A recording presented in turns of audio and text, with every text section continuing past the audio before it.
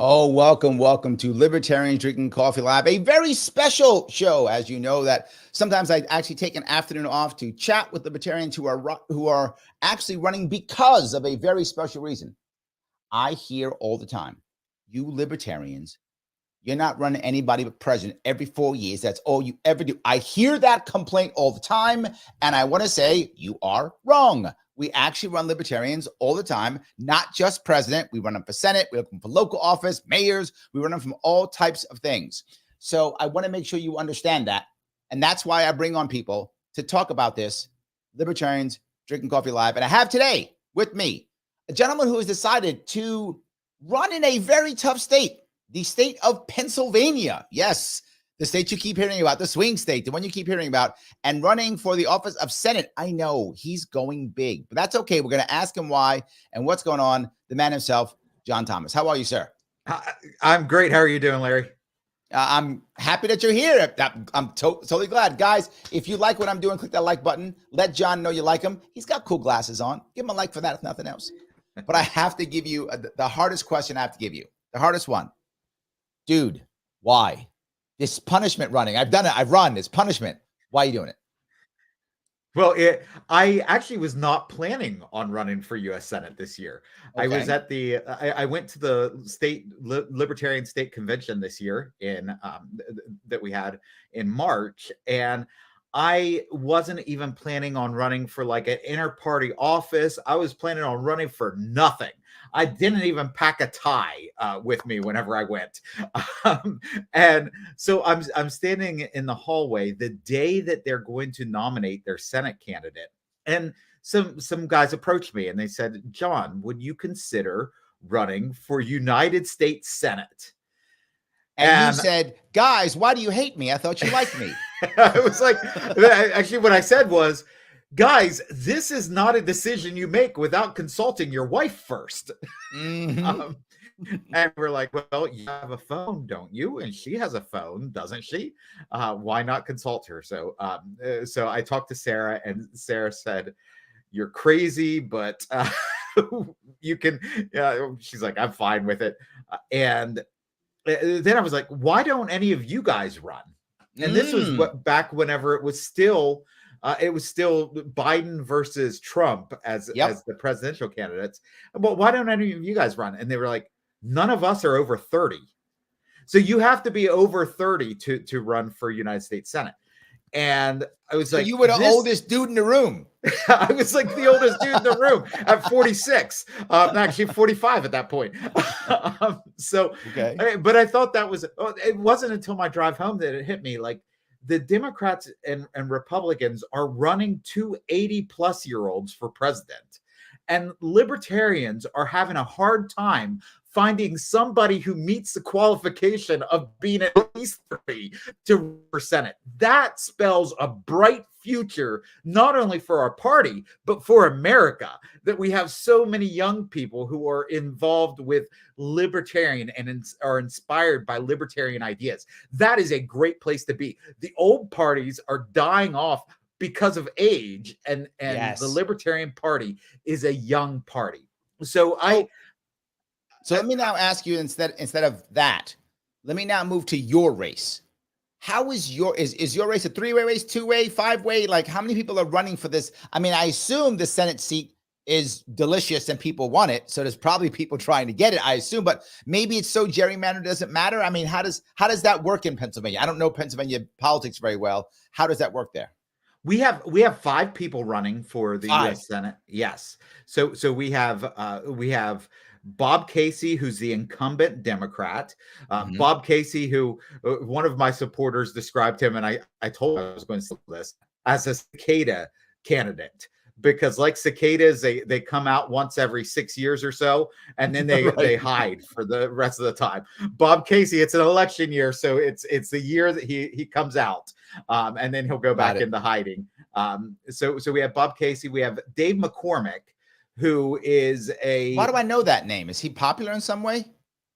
Well, he worked in he's a hedge fund manager, so he has lots of. There we go. Okay. Got it. He worked in the George W. Bush administration. There we go. Okay. His job there was he was like an undersecretary responsible for international affairs in the Treasury Department. Got it. So if you think of the George W. Bush administration and you think of how disastrous things were, particularly with the monetary policy, and so he took on that position in 2006. Now, in 2007, if I remember correctly, there was something that happened with the economy in America. I remember. So, John, I remember. I was there. Yeah, I remember that one. I do. So, all right. So, that's he was responsible for. Okay. So, yeah. So he was responsible for economics and international affairs in the Bush administration. So two wins. Very, yeah, exactly. So, yes. So all right. So that's Republican Democrat, but you said 5. So that means you got other people running it, independents running in here. Yes, we have. Now, is that good or is that bad? In other words, and this is, again, my ignorance here. Is it good because more people are independent, or is it bad because it's like the splitting the vote theory? Which way is that for you? Well, Pennsylvania lost a lot of Democrat voters, registered voters, lost some Republican, not as many registered voters, but gained over 50,000 independent voters since the last presidential election. Wow. And we have closed primaries. So that was like 50-some thousand people who said, I don't care if you're going to keep me out of primaries. I do not want to be affiliated with either of these two parties. So we are growing and like we're losing population, but we gained over 50,000 either independent or third party registered voters. Wow. I do think that the fact that we have multiple choices on there is good for Pennsylvania, because New York doesn't have that. New York has 2 and only 2. That's all you get. We got vanilla and chocolate. You like something else? Too bad. That's us. We actually had a 6th person who turned in enough signatures, but they challenged some of the signatures and kicked that person off. So it is good. Our signature requirement is much lower than you guys in New York. Our signature requirement for a statewide race is 5,000 signatures. Mine is 45,000. Yeah, it's ridiculous what you got. And we have a much longer window than you have. We have from, I think, like April until the end of August. Well, see, and I'm glad you brought that point up. I got to go to my soapbox for a second, John, please. A second. People say 45,000 inches across a state that has 8 million people isn't too much. I actually agree with it. The number isn't the issue. You've made it. But they make us do it in 6 weeks in the early spring where there's still snowstorms in New York State, right? That's why. If you give me 6 months, I'll do 45,000. It's fine. The number isn't the issue. It's the time and time of year, right? And they did it during the lockdowns. They changed that number during lockdowns when no one could go out, so you can't even find anybody. They went out of their way to do it. 6 weeks during snowstorms, during lockdowns. And that's fair. Yeah, that's New York. I do not envy New York at all, New York libertarians at all. I don't complain about our signature requirement in Pennsylvania. We actually have an advantage in a sense over the Republicans and Democrats in that to get on the primary ballot, they can only collect signatures from either Republicans or Democrats, depending on how they're running. And so we have a higher signature threshold, but we can collect signatures from any registered voter. Got it. It's better. Yeah, I agree. I agree completely. Yeah. So let me talk about your platform then. The 3 things you scream about, which I'm not at all mad about it, but definitely it's challenging though, is peace, prosperity, Pennsylvania. That's literally behind you. I can see it behind you on your wall behind you. Yes. The peace part. I get why you're saying peace. I guess the scary part here is there's war everywhere now, right? There's war all over the place. And I feel like most Americans, I mean, maybe I'm wrong here, but I feel like most Americans are pro one of them and pro one side. Like most Americans, I feel like aren't even pro peace. They're like, I picked my side in Israel, or I picked my side in Ukraine, or I picked my side in Taiwan. I picked my side somewhere, and because it's my side, it's a good war, right? But if it's not my side, it's a bad war. Aren't you coming up against that? Somewhat, but whenever I explain to people, like take for instance the Ukraine war. Sure. So if you're talking to somebody who is pro American intervention in Ukraine, what they care about is they really care about the Ukrainian people. It's not that they love war, it's that they care about the Ukrainian people and the right of Ukraine to have their boundaries. And I like to remind them that early on in this war, there was a potential for a peace settlement. Now that probably would have cost Ukraine some territory. And if you care about Ukraine as a country, you probably didn't want that to happen. But at the end of this war, at the end of the day, almost certainly Ukraine's going to lose territory. So the question isn't whether or not we want Ukraine to retain all its territory and get Russia out or allow Russia to take care of it. It's whether or not we want to see Ukraine lose some of her territory, unfortunately, before or after the death of hundreds of thousands of Ukrainians. I would prefer it to happen before the deaths of hundreds of thousands of Ukrainians. So when you say that to people, do they get mad at you? I mean, in other words, do they say, you know what, John, that makes a lot of sense, that's logical? Or do they go, no, Ukraine needs to have all of it, and you're just supporting Putin if you don't? I mean, what do you get? Well, sometimes they do come, oh, that's just Putin propaganda. Sure. Online, you get a lot of that's Putin propaganda. But if you're talking to somebody in person, they tend to hear you out a little bit more. So So I like to compare it to Afghanistan. So America got involved in Afghanistan, was there for 20 years. They spent billions of dollars there. They lost many lives there, especially if you count the soldiers who came home from there and then ended up taking their own lives. 100%. So many lives were lost in Afghanistan. And what did we get from that? The Taliban was in control before we went in. The Taliban was in control after we went in. Well, they're better armed now. The Taliban's better armed. Yes, they're better armed now. So yes, that's something. And American military contractors made a lot of money. So there's true. That. There's that. But what did the Afghani people get from it? Nothing. What did the American people get from it? Nothing. So the question wasn't, do you want the Taliban to be in control or not? The question was, do you want the Taliban to be in control without the loss of thousands of American lives and tens of thousands of Afghani lives? Or do you want the Taliban to be in control and lots of American and Afghani lives lost? That is the true question. That was the true question in Afghanistan. That is the true question in Ukraine. That is the true question in, it's a little bit different in Israel, but it's very similar. Do we want to continue to promote the loss of thousands and thousands of lives, or do we want to step back and allow these areas of the country to make those determinations on their own? So let me grab a couple of comments if I could. We have some comments popping up. You have some fans here, which is nice. That's nice. Let's see here. MTB Maddox says, "Let's go, John Thomas." All right, let's go, MTB. Dave McCormick and Bob Casey have the absolute worst flavors of their respective parties. John Thomas for peace, prosperity, and Pennsylvania. So you have a fan. That's something. That's good. I like that. Nancy says, "I'm voting for Libertarian in the Senate for the Senate in Michigan." So she's already on board with the Libertarian piece. I do like that. She is. And she agrees with you. She says, "I agree. End these wars. I'm first born in the USA, Polish, Ukrainian." So she's Ukrainian and she's on your side. Well, has a background, I should say.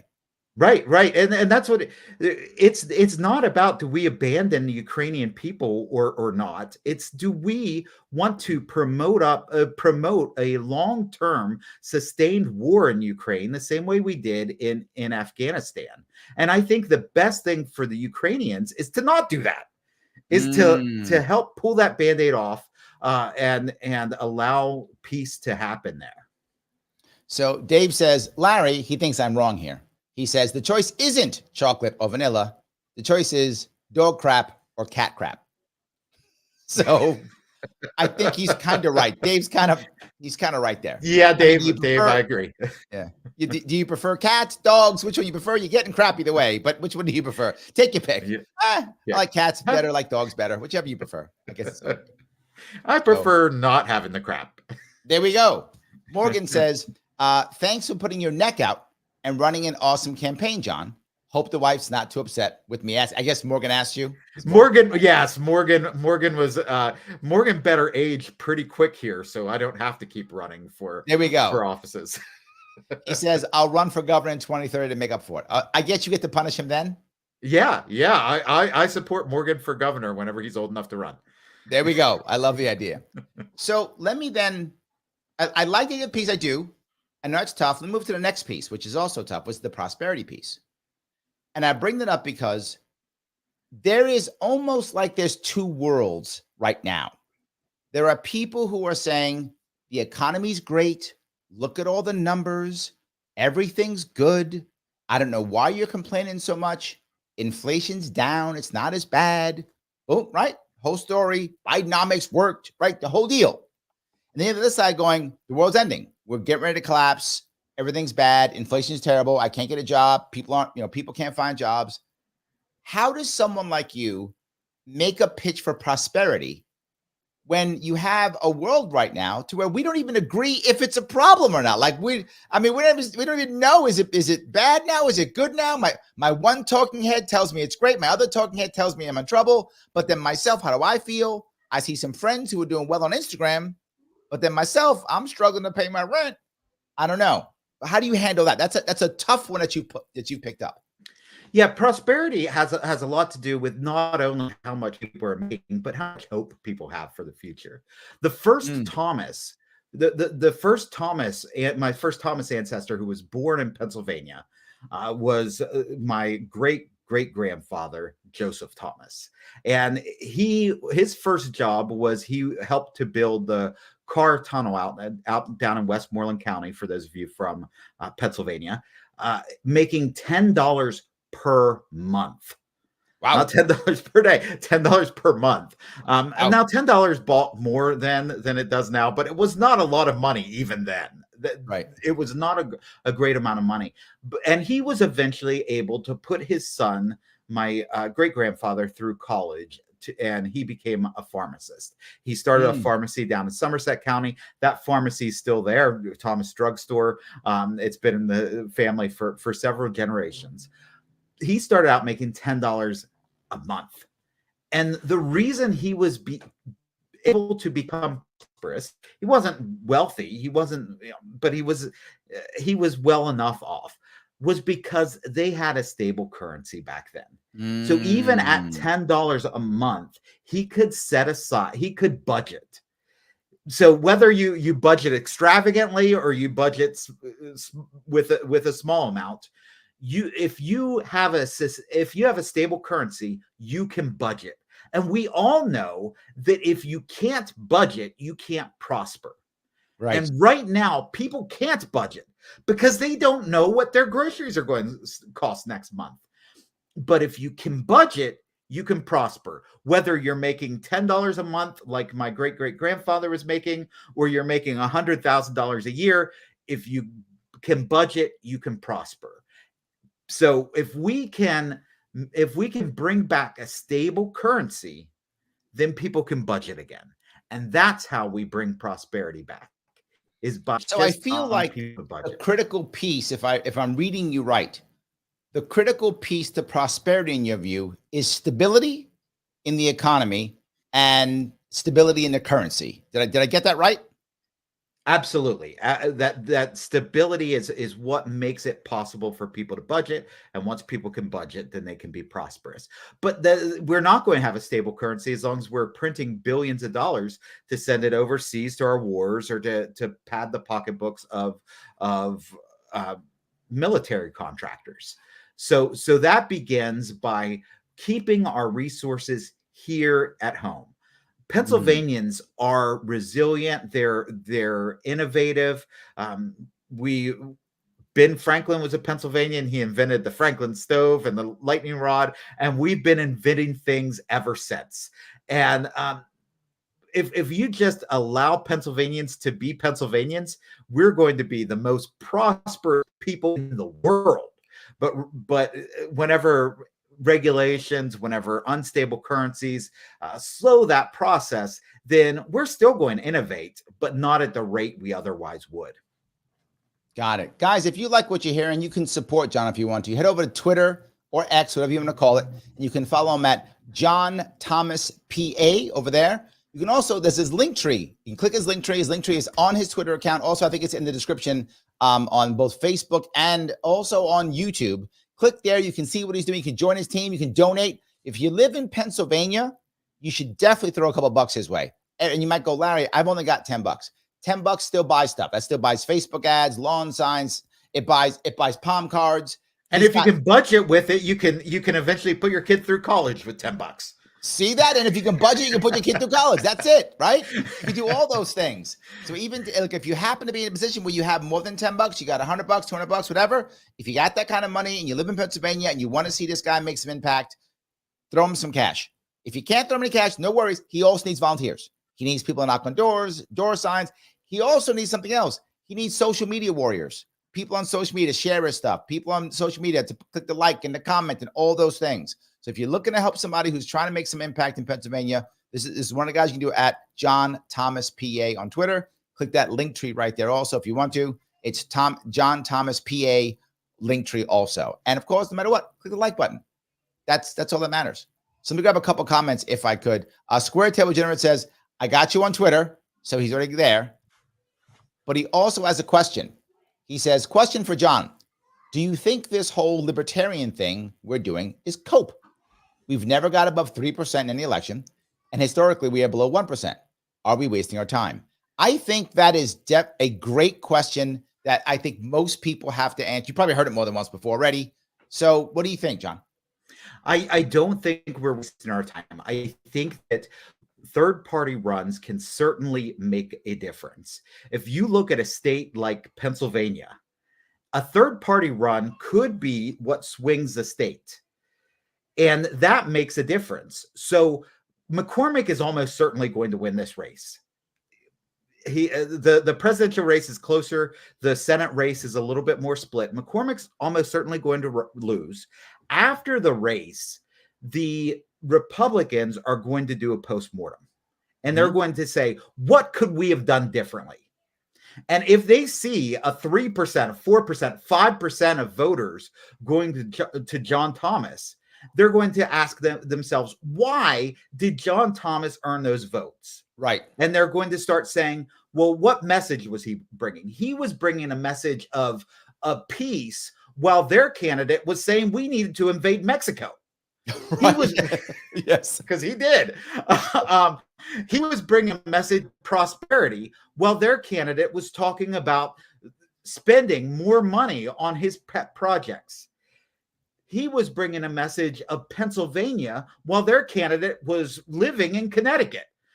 So they're going to start looking at what message the Libertarians brought and start considering how they can start bringing that message. And I don't really care if it's a Libertarian or a Republican or a Green Party or anybody, as if they're bringing us peace, if they're bringing us stable currency, that's great. And if Libertarians running help move the other parties in that direction, I'm fine with it. There we go. Nancy's on board. She goes, this man's definitely Senate worthy. There we go. So you got one fan at least. But I do want to go to that next piece, though, which is Pennsylvania. You brought me right to it. Swing state. Everybody's talking about it, right? And we don't know. People are saying, and I think I sound like Trump. People are saying, I feel like I'm Trump saying that, but it's fine. But it's still true. People are saying that whichever candidate, presidential candidate wins Pennsylvania, wins the election. Now, that may not be true, but it's going to be close, right? Pennsylvania is going to be key in this election. Does that affect what you do or how you act or how people are talking? Because I could imagine people just yelling, you're a spoiler. you're taking votes away from whoever their guy is, right? So a vote for you is a vote for the other guy I don't like, right? Whoever that person is, right? Yes. So tell me about that. So, yeah, I like to point out, like I just did, that the fact that it's close gives us more power. It gives us Okay. more potential, because it makes it easier for us to be that margin of difference. There was a poll that Washington Post conducted, a poll where they did not include my name and included my name. Whenever they did not include my name, the two candidates were tied. Whenever they included my name, they were no longer tied. Ooh, okay. There we So, go. so that's a difference. We can be a difference maker, and whenever we're that difference maker, we can, like I said, that postmortem is going to make a difference. They're going to wonder, what can we do to bring in these John Thomas voters. And Pennsylvania, like you said, is where all eyes are. Yes. So if Pennsylvania if Pennsylvania is judging how we're doing politics because they're trying to court the Libertarian votes, if they're courting the Libertarian votes in Pennsylvania, that's going to spread out to other states, because we're such a swing state. We are the swing state of swing states. We are the difference maker, and everyone's going to look at Pennsylvania to see how they win swing voters in their own state.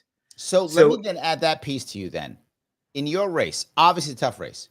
You've already expressed to me, how your race is. You've already expressed to me, what's a win for you and how you can win and make impact either way. The last question, I guess, is how do you make impact? Like, is this a spot where you should be knocking on doors? Are you doing Facebook ads? Or, I mean, how do you make impact in this? I'm sure every other TV commercial is probably somebody, attacking somebody in an attack ad, right? How do you get past that? Yes, it is. If you watch TV, I don't watch much TV, but I'll watch Steelers football on Sunday. So if you're watching the Steelers game, every time there's an ad break, it was a political ad after political ad after political ad. So it was, and it was interesting because I watch it streaming, so I got political ads from people who I live in the Pittsburgh area, but I was getting ads for the Altoona area on the streaming service that I got. So it was interesting to see how the center part of the state is a little bit different with their political ads, and then as for somebody running for a statewide office, very informative. Keep doing that. Keep doing that, Paramount. I appreciate it. So yes, it's is this a knocking on doors? Is this just doing podcasts? Is this, traveling around the state doing events? Is it trying to get local TV, local radio? Like, how can you make impact? It's got to be crazy challenging. Yeah, well, I've been on local radio. I've been doing a lot of podcasts. It is a different landscape than it was 10 or 15 years ago, though. We can make an impact through people sharing social media posts. Okay. We could buy social media space, but it's tough. It's tough we're not prosperous right now. Right. I want to bring it, but we're not. So people are finding it a problem to open up their wallets and give some money. But you can always share a post on social media. Tonight is the U.S. Senate debate between McCormick. Oh, that's right. Casey. Your debate's tonight. Yes, that's exactly right. Are you going to be live tweeting it? So I will be doing a live stream immediately after the debate, where I'm going to answer every question that they're asked on stage. There we go. So I'm not going to sit here and whine and complain, oh, why don't the Democrats have me on stage? I'm going to answer every question that they have in a format where then you can share my answers and you can share what I'm saying and get that out. Too often, I think libertarians just whine and complain. No, the social media landscape allows us to get our voice out without asking permission of the Democrats and Republicans. Oh, please let me on stage. No, they're cowards. They're not going to allow a new voice on stage because they're afraid. But that's okay. We can still get our message out. Well, I'll be live streaming tonight. Share that around. Share that with your friends, your family, and let them Are you know doing I it on heard a Twitter? different voice. What are you doing it on? It's going to be live streaming on Twitter, Facebook, and YouTube. There we go. So, guys, tonight, 9 p.m. Eastern, correct? Yes, and at least one newspaper in Pennsylvania shared our story that we're going to be live streaming directly after the debate. There we go. Good. So yeah, we're hitting the media. We're hitting all kinds of ways, but the power is in the people who are on social media, sharing that around, getting the word out. Because I know not everyone's on there, but everyone knows somebody who's on social media. So if you get the word out on social media, it makes a difference. You've got some people who agree with you. No Soundbites Allowed says that's a great answer to not being on the stage. Live stream the answers.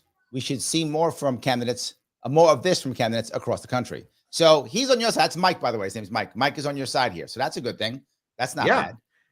It looks like someone else's Square Table says the same thing. He says, I think grassroots, but digital is the way to go. Got to be viral in today's area. Say ridiculous but true things. Do like Larry here and get big on YouTube. I wish I was that big. Knocking on doors is just not cost effective. So I think he's kind of around. He's thinking the same way you are. Yeah. You get in people's homes through social media. We are going to run an ad campaign the last 10 days here in Pennsylvania. We're going to do it basically on the apps, and we're going to target people 18 through 50, basically. Got it. Yes, it's the older people who are more likely to vote, but they're also more likely to be stuck in their ways. Correct. So we're going That's true. As I said early on, we are the youth. We are the party of the young. Yes. So that's who we're going to attack with our ads. By the way, guys, if you want to make sure you're able to watch him, head over to Twitter/X, whichever one whatever you call it. I still call it Twitter, but whatever you call it, go to @JohnThomasPA, and that's Thomas THOMASPA, or head over to his link tree. You can see where you can donate if you want to. He said he's doing ads. You want to help him out? Throw him a couple bucks. Throw him 10, 20, 50 bucks, whatever you can. If you're in a good spot, you live in Pennsylvania, and you can afford to throw him $200-300, please do so. We can use it. That's more ads. If you're in a spot where you only throw $5 or $10, that still works. Every bit counts. Whatever you can to make this happen. If you can do a push at the end, that can get those percentage points up. And as he said, that's how he makes impact. That's how he has an actual win, is by changing what's happening. You do that by helping him out. So please follow him and or give if you can. And share this and like this actual thing. Share and or like. Doing that will help John to move this forward. Absolutely. Let me grab a couple more of these. Grace says, mainstream media is dead. Twitter/X is where you get the word out, and a lot of eyes are on Pennsylvania. Well, Grace is on your side there. I think she's right. Absolutely. Yeah, we were talking about maybe having a third-party debate between the Green Party candidate, the Constitutional Party candidate, and myself, and maybe doing that through Twitter or X as well. That way, McCormick and Casey, they represent the dead parties. They can do it on ABC, the dead media, and maybe we'll do our thing on the up and coming area, which is Twitter. There we go. JDF says, love your positivity and enthusiasm, John. You're getting some people liking you here. I like this. It's good. All right. That's the coffee. I am not a coffee drinker, but for the show, I'm not going to lie to the people and not be drinking coffee on Libertarians Drinking Coffee. So I am drinking coffee. So if I am a little bit enthusiastic, it's Larry's fault for making me drink coffee. It's my fault. It's my fault. I did it. Absolutely. Yes. 100%. That's good.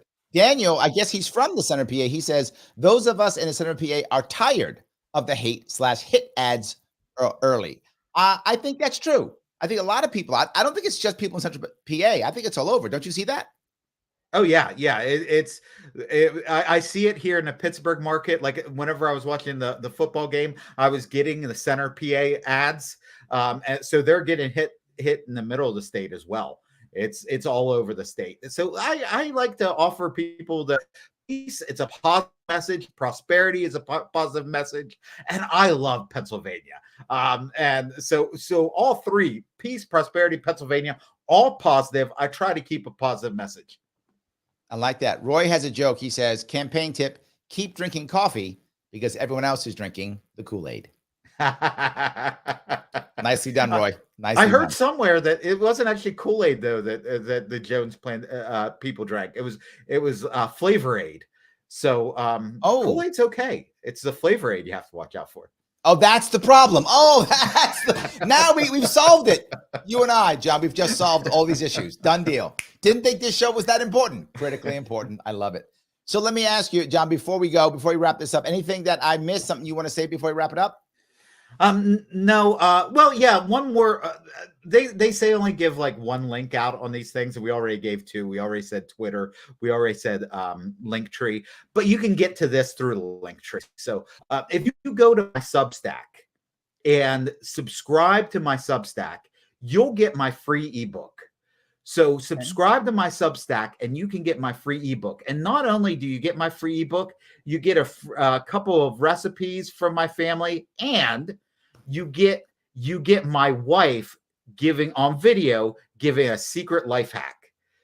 So my wife is not the type to go out and campaign a lot, but you can get the great Easter egg is not my free ebook. You get the free ebook, but you get a life hack from Sarah, my wife. You get Sarah Thomas gives you a free life hack. How can you end a show better than that? Guys, thank you so much for watching, all of you. I appreciate it. John, thank you so much for giving me a half hour of your time while you're campaigning. I appreciate it. Good luck, my friend. All right. Thank you, Larry. It was great being here. All right, guys. I will, by the way, for everyone watching, I will be on later on tonight around 7 p.m. again. So you'll see me again today. But anyway, you'll see me again around 7 p.m. I will see you all very soon.